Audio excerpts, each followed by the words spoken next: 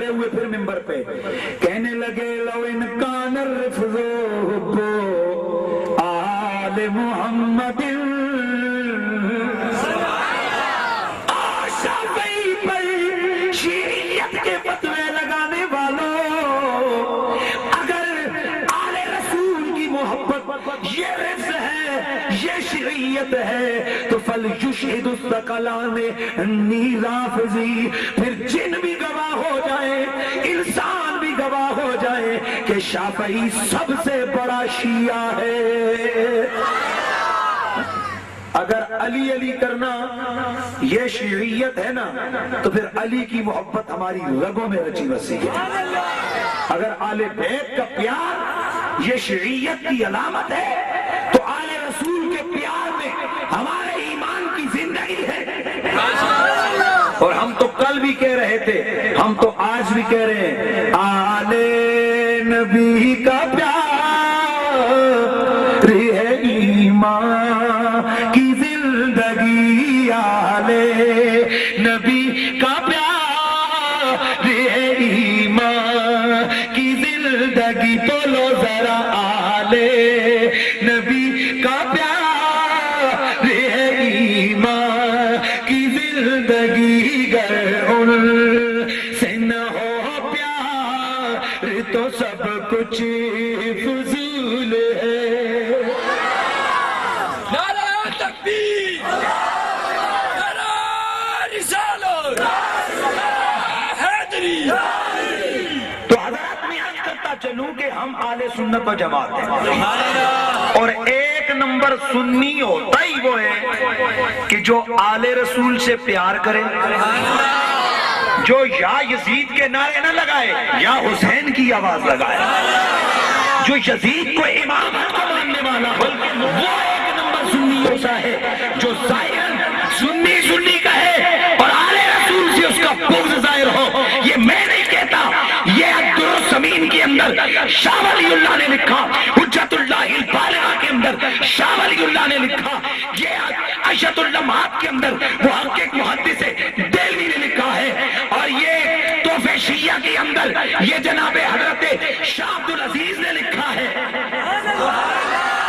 تحفہ جعفریہ جس کو بولتے ہیں، اس میں انہوں نے لکھا ہے، تحفہ اثنا عشریہ اس میں انہوں نے لکھا ہے، اور اسی بات کو میرے کولڑے کے پیر میرے علی شاہ گولوی آپ نے فتاوا میری امی اس کو لکھا ہے، اور اسی بات کو میرے تمہارے غوث پاک جناب حضرت غوث اعظم نے اس کو جو ان سے منسوب کتاب ہے کنیت الطالبین اس میں لکھا ہے، ملا علی قاری شرح شفا میں لکھتے ہیں، اور اسی کو امام غزالی علیہ رحمہ آپ نے اس کو احیاء کے اندر نقل کیا ہے کہ اگر کوئی رسول کی آل اور اصحاب میں سے کسی ایک بھی گروہ سے اگر دور ہے وہ 2 نمبر ہے، وہ سنی کبھی نہیں ہو سکتا۔ تو اگر ہم اہل سنت ہیں نا تو پھر ظاہر ہم اپنے عقیدے تو کھل کے بیان کریں گے۔ تو یہ ہمارا قصور ہوتا ہے، جب ہم جہاں جاتے ہیں تب رولے پڑتے ہیں، لیکن یہ تو سلسلہ ہم انشاءاللہ کرتے رہیں گے، اور یہ سلسلہ تو قیامت تک، یہ تو میرے اللہ کا ہو جی ادھر ویلیہ میں تو کبھی میلاد ہوا ہی نہیں ہے، پھر ادھر یار کوئی ہر وقت ایک ہی رہتا ہے۔ اللہ فرماتے تلک الایام نداولها بین الناس، یہ تو ایام ہے، یہ تو دن ہے، ہم لوگوں میں ان کو بدلتے رہتے ہیں، امیر کو غریبی دکھاتے ہیں، غریب کو امارت دکھا دیتے ہیں، طاقتور کو ہم تھوڑا جھکا دیتے ہیں، جھکے ہوئے کو اٹھا دیتے ہیں، تاکہ ہماری قدرت کا پتہ چلے کہ میں بھی تو کائنات کا مالک موجود ہوں نا۔ تو حضرت یہ تو میرے رسول کا ذکر ہے، حویلیاں کیا، خدا کی قسم یہ ذکر ہے، میلاد شریف سرکار کے میلاد کا یہ جلسہ، یہ تو لندن میں ہوتا ہے۔ آپ میں سے جو لوگ لندن گئے وہ بولے، ہزاروں کا جلوس لندن میں، اور میں حیران ہوں حسین صاحب، لندن میں میرے دوست نے وہاں بہت سارے میرے کلاس فیلوز ہیں وہاں گئے ہوئے، وہ ورک کر رہے ہیں اسلامک سینٹرز میں۔ میں نے ان سے پوچھا یار وہاں پر گورنمنٹ روکتی نہیں؟ انہوں نے کہا روکتی، ان کے بڑے بڑے منسٹر خود آتے ہیں،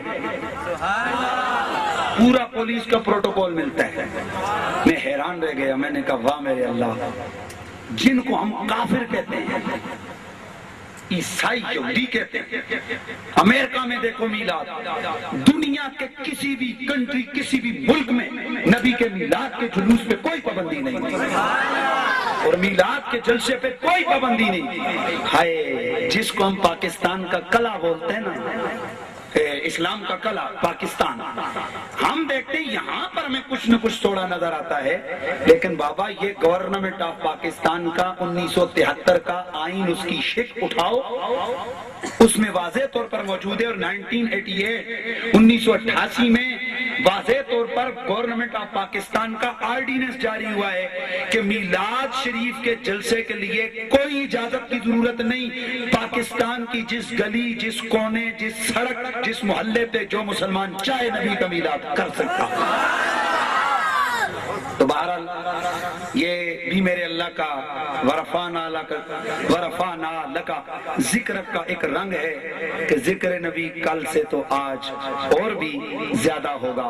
تو حضرات، میں عنوانات تو بہت سارے دوستوں نے میرے دماغ میں ڈالے کہ جی میلاد پاک کی شرعی حیثیت، میں اس کو بیان ضروری نہیں سمجھتا. پوری امت مسلمہ صدیوں سے میلاد کر رہی ہے، تو اگر ناجائز ہوتا تو بڑے بڑے امام کیوں کرتے؟ صحابہ کی زندگی میں رسول کا میلاد، سبحان اللہ کی آواز لگانی ہے. لیکن اس میں ایک بات آپ یاد رکھ لیں، کوئی بولے میں نہیں مانتا تو یار ہم تو بابا کسی کو منواتے ہیں ہی نہیں، ہم تو سناتے ہیں، اپنے لوگوں کو بات پہنچاتے ہیں. وما علینا الا البلاغ. جب مقرر تقریر کر کے ختم کرتے ہیں آخر میں کیا بولتے ہیں؟ وما علینا الا البلاغ. آپ کو معلوم نہیں اس کا معنی کیا ہے؟ وہ کہتے ہیں میرا کام ہے پہنچانا، بس میرا کام ہے میسج پہنچا دینا بس. وما علینا ساڑھے تے اور کچھ نہیں الا البلاغ، مگر پہنچانا. میسج دینا ہمارا کام ہے، منوانا رب کا کام ہے، اور ماننا قسمت والے کا کام ہے. سمجھ گئے؟ اس لیے پیار محبت کی گفتگو ہوگی. سارے حضرات اپنے نبی کے پیار کی بات سنیں. اگر میں اس باس میں پڑھوں نا کہ جناب میلاد شریف کرنا جائز ہے یا ناجائز ہے، تو بابا رسول اللہ کے صحابہ، اس کے بعد کے لوگ، اور تو چھوڑو یار، اکابرین علماء دیوبند، ان لوگوں نے اپنی کتابوں میں لکھا. اشرف علی تھانوی صاحب ذکر الرحمہ بشکر نامہ کے اندر آپ نقل فرماتے ہیں، وہ لکھتے ہیں کہ لوگ تو سال سال کے بعد میلاد کرتے ہیں، ہم دیوبندی تو ہر ہفتے میلاد کرتے ہیں. میں نے کہا جی وہ کیسے کہتے ہیں؟ ہمارا تو طریقہ ہی ہے، جب 10 15 20 100 50 بندے اکٹھے ہوتے ہیں تو ہم نے سے کوئی بندہ کہتے ہیں مولانا ذرا میلاد ہو جائے، ادھر ہی میلاد ہوتے ہیں، پہلے میلاد پڑھتے ہیں، پھر اس کے بعد کھانا کھاتے ہیں. حاجی امداد اللہ مہاجر مکی علیہ رحمہ، یہ اشرف علی تھانوی صاحب کے پیر و مرشد ہیں. جو بند کے جتنے بڑے بڑے علماء ہیں یہ ان کے بیعت ہیں، یہ ان کے مرید ہیں. وہ اپنی کتاب فیصلہ ہفت مسئلہ، یہ اس وقت یہ رولا اٹھا تھا نا پہلے پہل کے میلاد کرنا، یہ میلاد کی مخالفت کا سب سے پہلے آواز یہ جناب آج سے صرف 100 سال پہلے اٹھی. اس سے